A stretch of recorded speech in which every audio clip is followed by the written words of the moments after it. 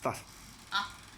First one, we have to prepare the tools, like the scraping tools, crimping tools, plastic pinners for 2 sets, and connectors for female and males, socket pins and caps, like above. First, we use the scraping tools to scrape the caps,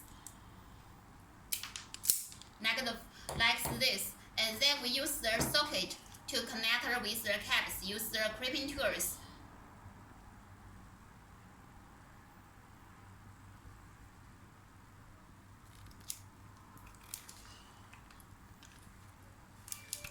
To make sure we connect very closely, we should plug the list together.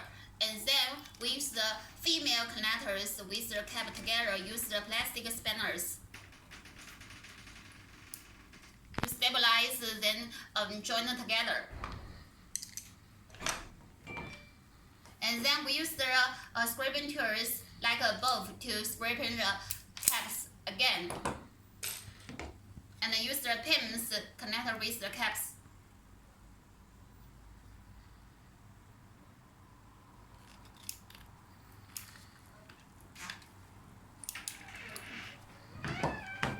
To plug them to make sure the connector is very fastened.